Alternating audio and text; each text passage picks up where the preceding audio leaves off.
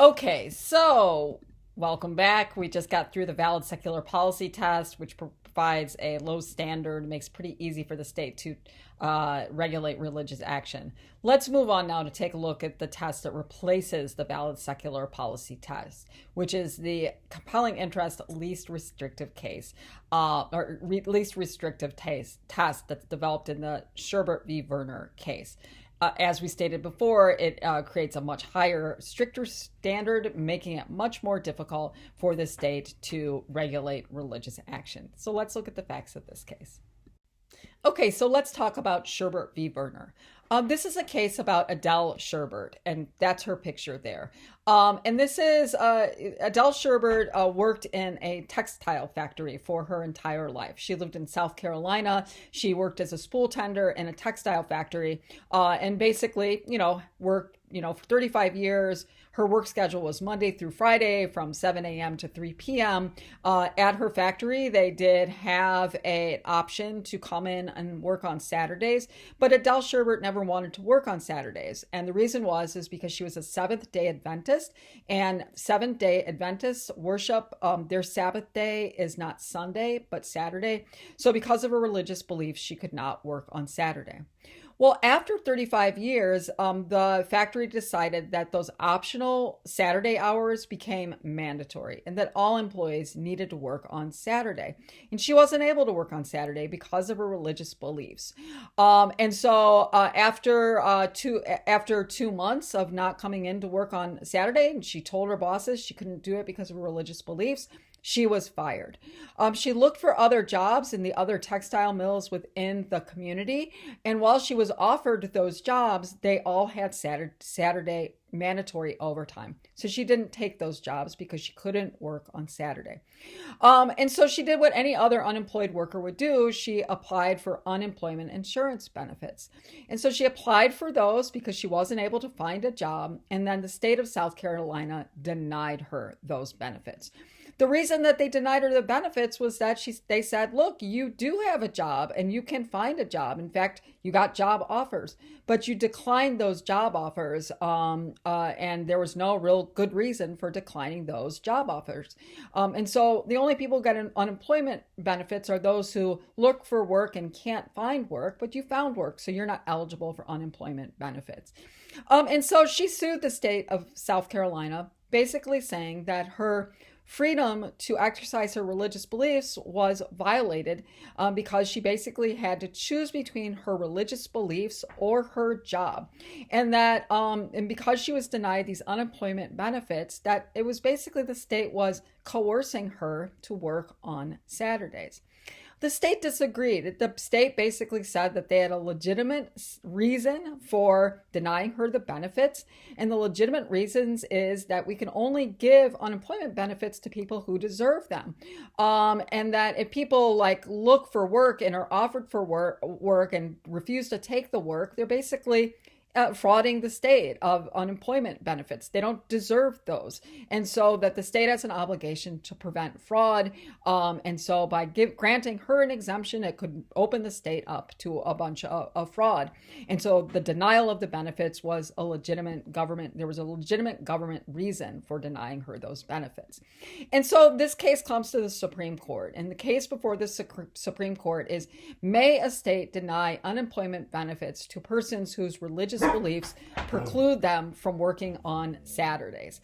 And the court says that the state cannot deny unemployment benefits. And it was a 7-2 decision. So let's take a look at the reasoning of the court. So what is the reasoning of the court in Herbert v. Werner? Well, they say that denying Herbert unemployment benefits does infringe on her religious practice. The question is whether or not the state is justified in doing this. And what the court says is that to justify this infringement, the law in South Carolina must be based on a compelling state interest And it also must be achieved in the least restrictive way. And this is basically what the Herbert test is. And so you can see right there that the valid secular policy test says that the law must be related to a legitimate interest of the state. Here they're raising the bar that it must be related to a compelling state interest. So, is the infringement justified? Is the law related to a compelling state interest? And they say no, it is not. They basically say that the state has no evidence that granting this exemption would open itself up to grave dangers or abuses. That by providing an exemption based on religious grounds for Del Herbert or other people who practice their religion on Saturday or need other reasonable religious accommodation, the state can still do its job really well. In fact, it can make sure that others are not frauding the system. Just because you open the door to allow the exemption for Herbert doesn't mean that suddenly everybody's going to be applying for unemployment benefits and basically defrauding the state of all the money that is set aside for these unemployment benefits. And they said that even if there was evidence that some people were using this exemption in a fraudulent way or granting this exemption was opening the state up to fraud, the state must demonstrate that denying these benefits is the only way to prevent this fraud, right? So remember, Herbert applied for the benefits, they looked at her case, and they denied it. Well, the court could say maybe there's a better way of going about denying these benefits. Have people come in, talk to them, question them, do a little bit of an investigation, and find out whether or not their request for a religious exemption is justified. And so they're basically saying the state wasn't doing that, and that they could have done that, and that if you want to trample on people's religions, you have to do it in a way that's related to a compelling interest of the state, and you need to do it in the least restrictive manner possible. So Herbert v. Werner is an important case because it establishes the next test that the court uses, the compelling interest test, which provides much more robust protections for people's religious liberties. It also introduces this idea that we were talking about at the beginning about the balancing of interests. So it's sort of like the interests of the state versus the rights of the individual. And if the interests of the state are just so profound and so important, then that justifies trampling on the rights of the individual. So it's this balancing of interests. The test was created by the Warren Court, but it was fully applied to future cases by the Warrenberger Court. And so it was applied in Yoder and Thomas versus the Review Board of Indiana Employment Division, and Bob Jones University versus the United States. I'll leave it to you to read these two last cases, and we'll just touch briefly on Yoder because it's from Wisconsin and also because it's an awesome case. Okay, so let's talk about the case Yoder versus Wisconsin, but I'm depending on you to read it in more detail in the textbook because we're just going to do a quick overview of this. This case, as the name can suggest, deals with the Old Order Amish religious group in the United States. And in this case, this is a case actually from New Glarus, Wisconsin. And the picture there, basically shows some Amish young boys running into the cornfields to hide from truancy officers, and that's from the state of Iowa. I found that picture because the Amish have had a long time conflict with local school boards and state laws that make it mandatory for children to go to school. As many of you know, the Amish believe in their religious beliefs are they want to live a simple life and a life that is more of a farm-based life, that they view the outside world and the worldly values that is outside of their separate communities as dangerous to their religious beliefs. And when their children get introduced to those ideas in school, that it can jeopardize the parents' ability to transmit their religious values to their children. And so in Wisconsin, they had laws in the book saying that it was mandatory that students went to school until they were 16. So that would be the first 2 years of high school. And the Yoder family said that they were not going to send their kids to school after 8th grade. So they kept their kids out of school, and they didn't send them to high school because they were worried about all the worldly things they would learn about in high school, literature class and philosophy class and art class, etc. And so they were fined by the state of Wisconsin for $5 for violating the compulsory education law. And so this case comes to the Supreme Court, and now that we have this tougher standard, the Herbert standard, it's likely, they're thinking that the court will find in their favor, because clearly the state has a legitimate interest in educating students, but do they have a compelling interest in educating students for the first 2 years of high school? And what the court found, and you can read it in the textbook, is they found for Yoder.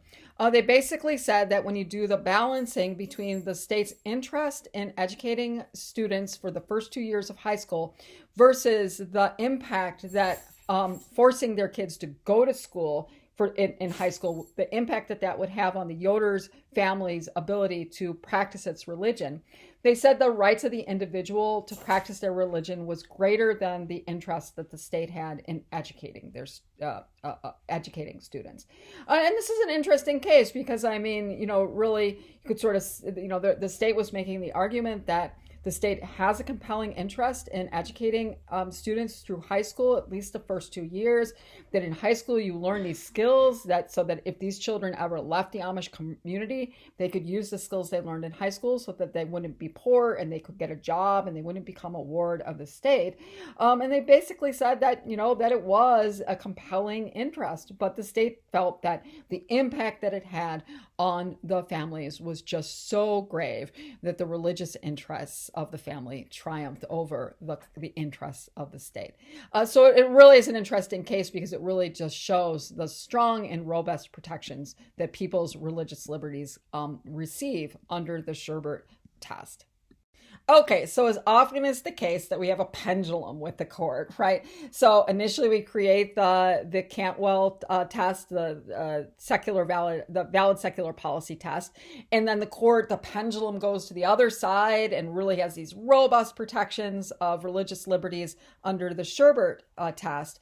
But then in the 1980s, we begin to see the court kind of coming back, moving away from the Herbert test and moving away from these really, really high protections for people's exercising their religious liberties.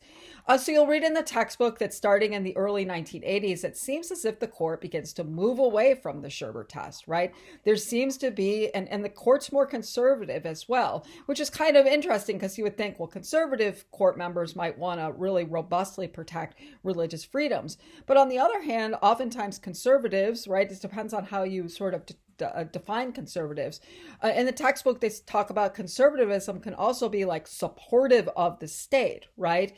And so that sometimes conservatives really are wanting the state to be able to engage in regulations, and they might not be as supportive of the protection of individual rights.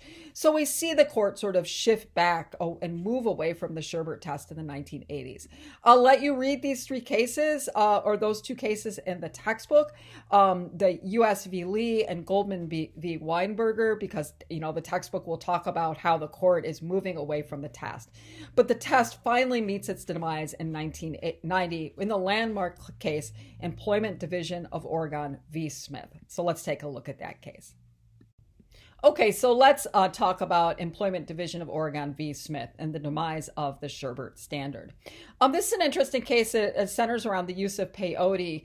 And as many of you might know, peyote is used as a part of a religious ceremony for the Native American church. And so people use that drug in order to go on a religious journey through the use of that drug. And at the time of this case, 23 states as well as the federal government allowed exemptions for religious use. If you're not using it for religious use, it's a controlled substance and it's a crime to use or possess it. But if you're using it for religious reasons, states make exemptions for its use. But that was not the case in Oregon, where this case comes from. In Oregon, the drug was illegal to possess in that it was illegal to possess this drug in Oregon. And so the dispute in this case is regarding the plaintiffs Alfred Smith and Galen Black, and that's Alfred Smith in the photograph there, and that they are both Native Americans and they both used peyote as a part of a religious practice. And they were fired from their job. They served as drug and alcohol counselors, and they were fired from their job for misconduct. They were fired for using an illegal substance. And so very similar to the Herbert case, that Smith and Black applied to the state of Oregon for unemployment benefits. They felt that they were, unjustifiably fired because they were exercising their religious beliefs. They felt that they deserved unemployment benefits.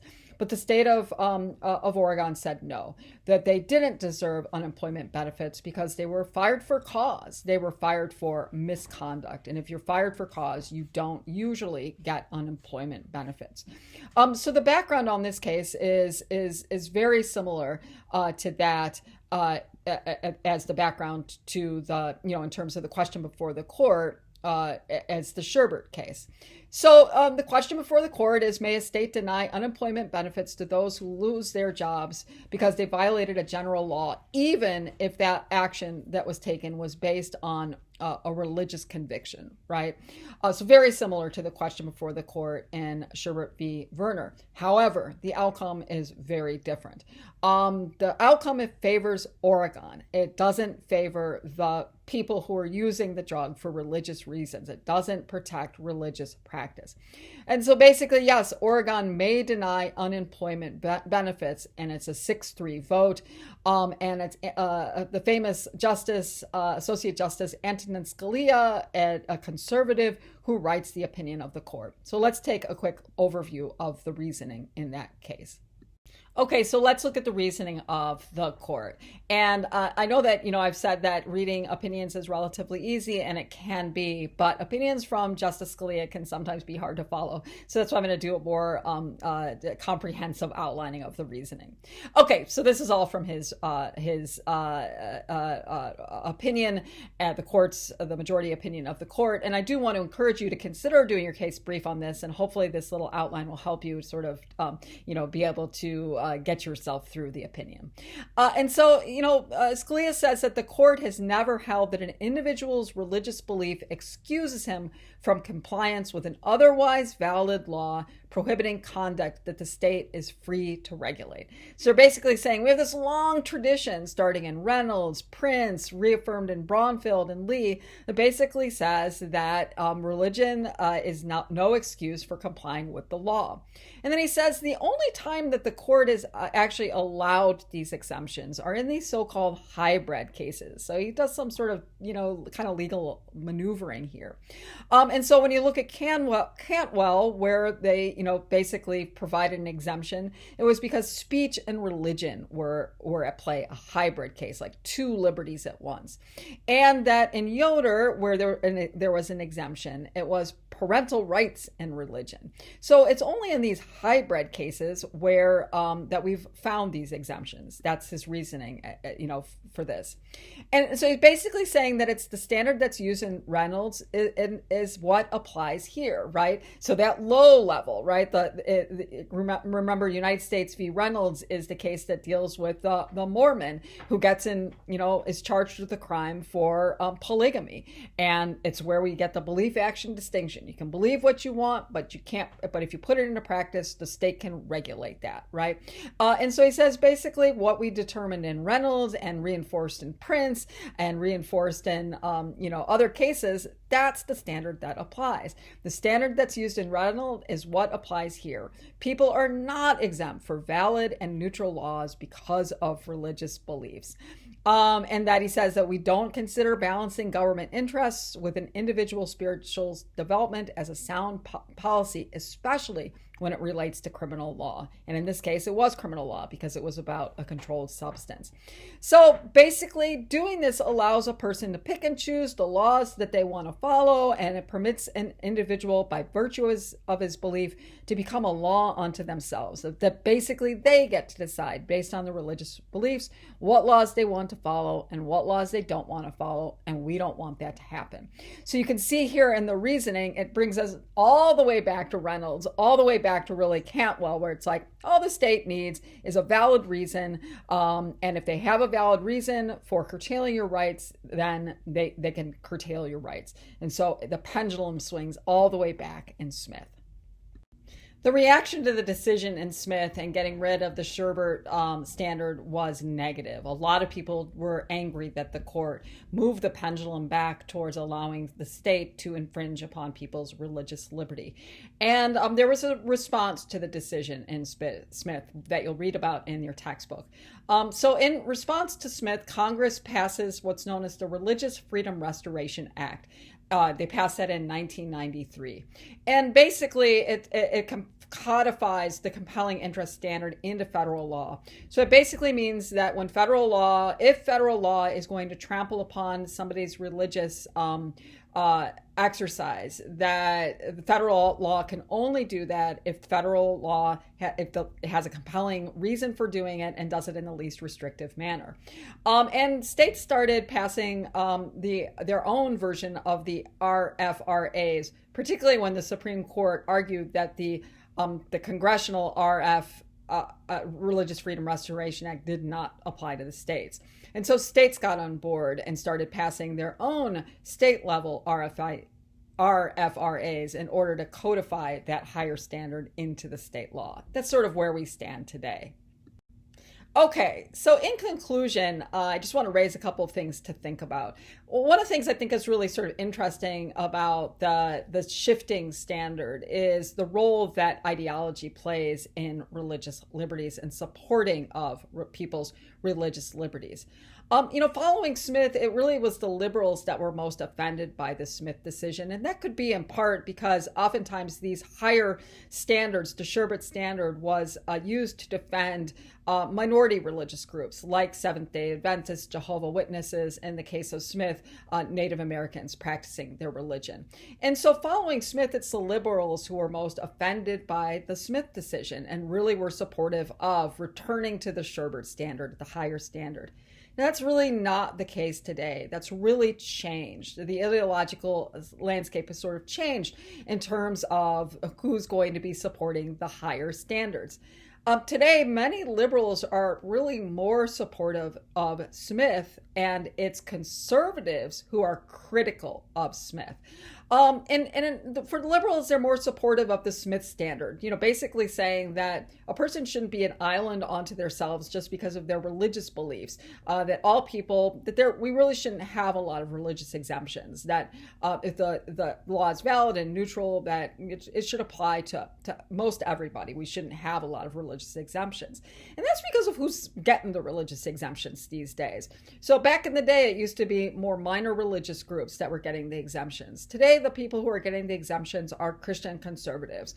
And, the liberals don't like that as much. And I think there's really some, interesting reasons, which we're going to be exploring in our discussion this week about this, this desire to not extend religious liberties to religious conservatives.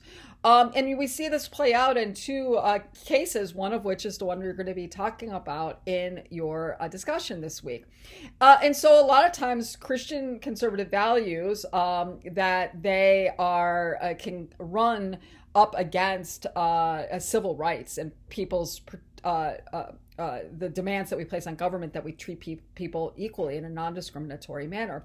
And that's what Fulton v. Philadelphia is about. It's about Philadelphia having this law on the books that says that anybody who's getting a government contract to place people in foster homes, children in foster homes, they basically can't, if they get that government contract, that they have to place foster kids in all types of homes, even the homes of gays and lesbians.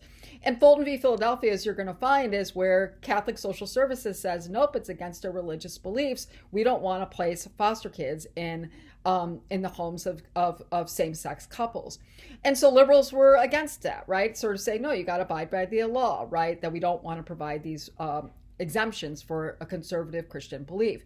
Same with Burwell versus Hobby Lobby stores. And so that's about the contraceptive mandate that came from the Affordable Care Act. And Hobby Lobby, it's a store, a group of stores that's run by Christian conservatives. They didn't want to provide contraceptives for their employees because it went against their religious beliefs, and in fact, they were granted that very narrow exemption.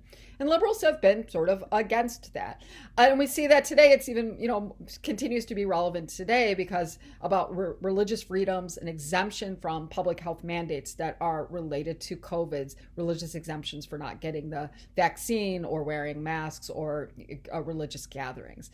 And so it's interesting. The pendulum is shifted for the court, but also ideologically, we see some shifts as well.